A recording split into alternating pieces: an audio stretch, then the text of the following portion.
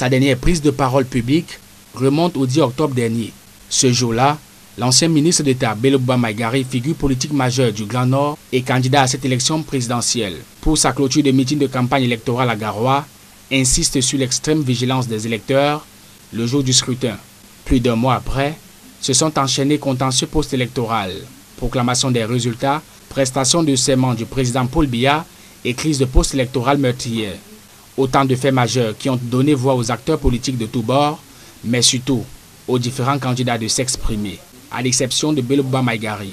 Un silence trop pesant pour l'homme politique de ce calibre, mais qui, à en croire l'analyste, s'explique depuis le flou entretenu par l'homme politique au moment de l'annonce de sa candidature. Vous dites que vous êtes opposant du président Biya et vous allez battre campagne avec dans vos rangs un ministre délégué auprès du ministre de l'Environnement.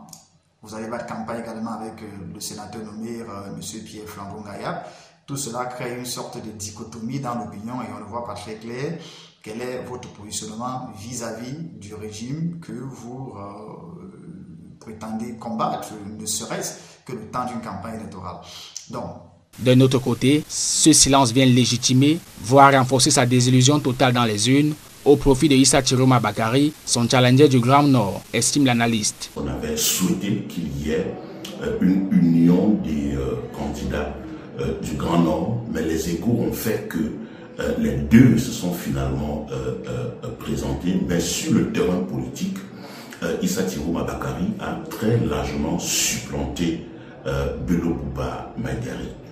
Toujours selon nos analystes, cette stratégie du silence du dirigeant de l'UNDP, longtemps réduit à être allié du président Paul Biya, est un choix intentionnel pour atteindre un objectif précis.